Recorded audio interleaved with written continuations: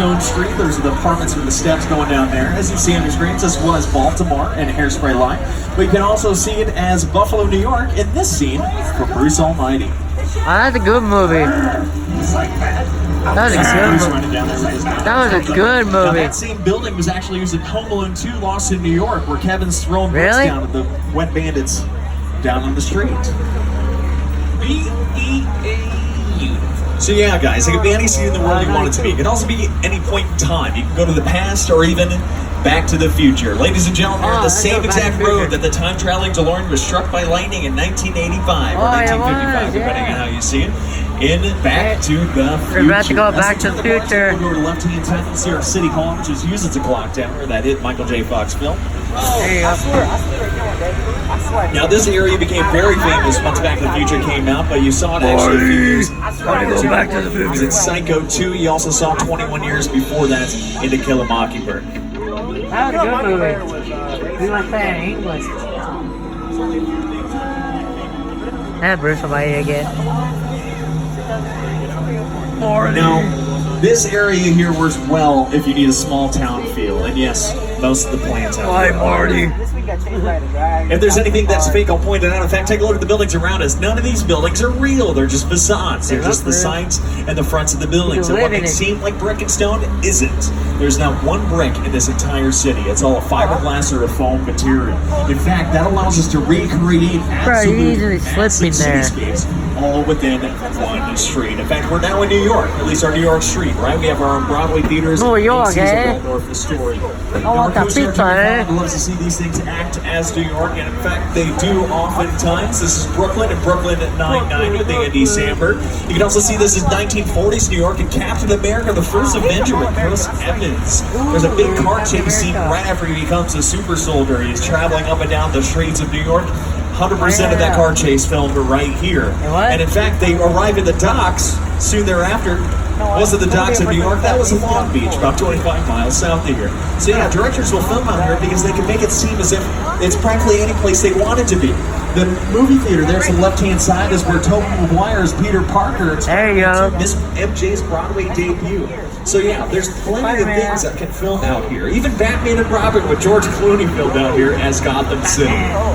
Now, there have been thousands of directors who have worked on those sets, but there's one in particular I want to introduce to you. It's Academy Award-winning Peter Jackson, who's here to tell us a little bit more about what's coming up. Goodbye. It's the original King Kong that maybe wanted to do it. I saw that movie on TV when it was about I want to become a filmmaker. I like films that just take you away from your real life and sweet adventure, combat and gunslinger, you're on monsters. What's a great news? Prehistoric times. Oh, great. So I was thrilled when Universal invited me back to Skull Island. It's great to have you Oh yeah. Yes, we're gonna have some fun. We are in for an adventure. You want to hold it tightly to your personal belongings, because if you all drop something here at Skull Island, I cannot get it back. So definitely hold on to your stuff. You can take photos, but please no flash photography. It scares the animals. Welcome to Skull Island. Made themselves into the people in the car, and Peter Jackson also put his kids in the car as well. So they have to go through that ordeal multiple times a day, over and over and over again.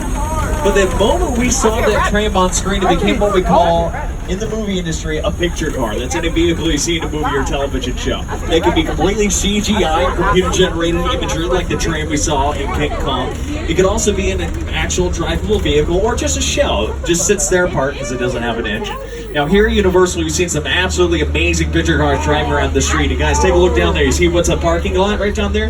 There's nothing down there. I'm just joking. Now, we've seen some absolutely amazing picture cars driving around these streets. And have your cameras ready, because we're going to be passing by some of these in just a moment. That's right, have those cameras ready as we pass the sign on the left. We'll start with Kid from the rebooted Knight Rider series with Val Kilmer. Magnum PI's Ferrari 308 and some very famous Back to the Future picture cars. including the flying cars from Back to the Future Part 2, when they travel to the futuristic year of That's a Mustang. 2015. Now, they got the flying part wrong, but they got like the look Magnum pretty right. The PI. Ford Probe looks like a Prius. Hey, it's Back to the Future. You can also go to the past of the Flintstones with John Gooden and Rick Moranis, which I'm pretty sure came out Magnum before y'all PI. were Back to born. the Future. Back to the Future 2. Back to the They're Future 2. literally prehistoric too. Back to the Future 2. You also have the Fast and Furious vehicles. And probably the most unique is the gyrosphere from Jurassic World. What's missing for the gyrosphere, guys? The glass, right?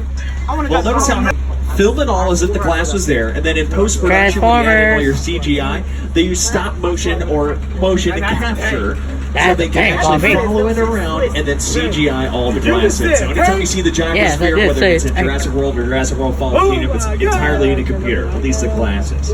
Now, the folks who do that for Jurassic Park, they've gotten pretty darn good at it. After all, they've been doing it for Jurassic Park for over 25 years now. I think it's about time we take a trip back to Jurassic Park. So on either side of the track, we're seeing action movie set pieces, props, and picture cars from Jurassic Park, There you go, it's Lost World, Olsen's car. Jurassic Park, and Jurassic Park 3, the original trilogy. Olsen's if you car. will. Now, a lot of vehicles were attacked by dinosaurs in the Oh, I see a respective shark. ones. There's a boat on the right I see hand side that Jaws. was attacked by a Spinosaurus in Jurassic Park 3 with Sam Neill as Dr. Grant. And to the left-hand side is our double lab vehicle. Looks like the people working in there are being no, they're fine.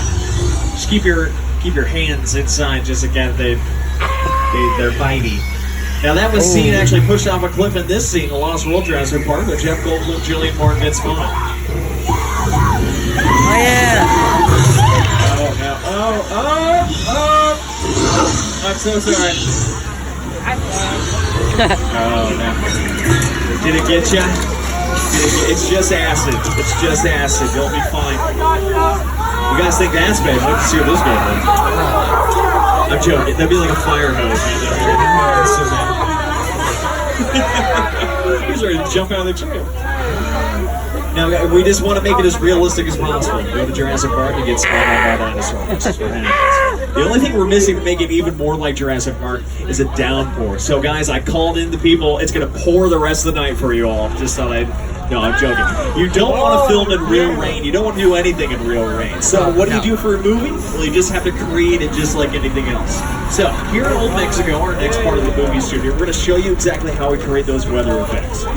Now, there's probably about 150 people on this train. That's a pretty decent size for a crew. But each one of you has a very specific job. Hey, look at Jaws. Working in the movie. You can be a gaffer. You're in charge of pointing the lights, making sure they're in the right direction. Or a best boy, you're making sure that all the lights have electricity running to them. So, for our movie lightning thunderstorm, excuse me, you're going to be in charge of our lightning. Now, you also have thunder. That's going to be your sound crew. You got to work with the lighting crew to make sure that it syncs up. Now, the grips. Those are the men and women who move things on and off set. You have a very important job of the rain. Go ahead. And there it goes. And just like that, it's a rainy scene.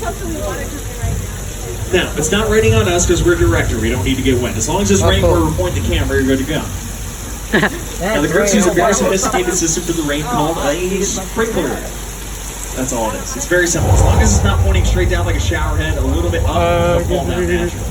But the size of our raindrops is unnatural. That's so the camera can see it. We may even put in extra light so it reflects a little bit differently.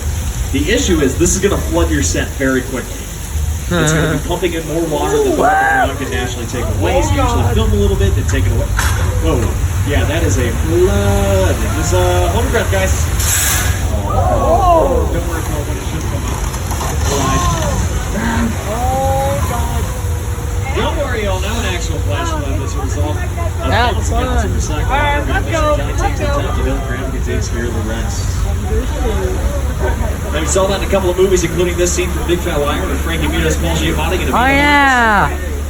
Big you Fat Liar. That was a good music movie. videos like Enrique Iglesias, Bailamos,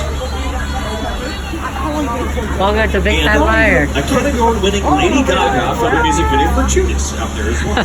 Big Fat Liar. Oh, here we go. Jaws. Now, as we pull on down, we're actually going back in time. We're going back to the Golden West. We're going by 6 Points, Texas, and Denver streets. These are some of the oldest sets here at Universal. Go all the way back to the beginning of the movie shooting of the silent film era. They're actually just finishing up a television production. They're wrapping it all up. Over here to the left-hand side is where they were doing all that. But last year, they actually filmed a big movie out here. Quentin Tarantino made Once Upon a Time in Hollywood.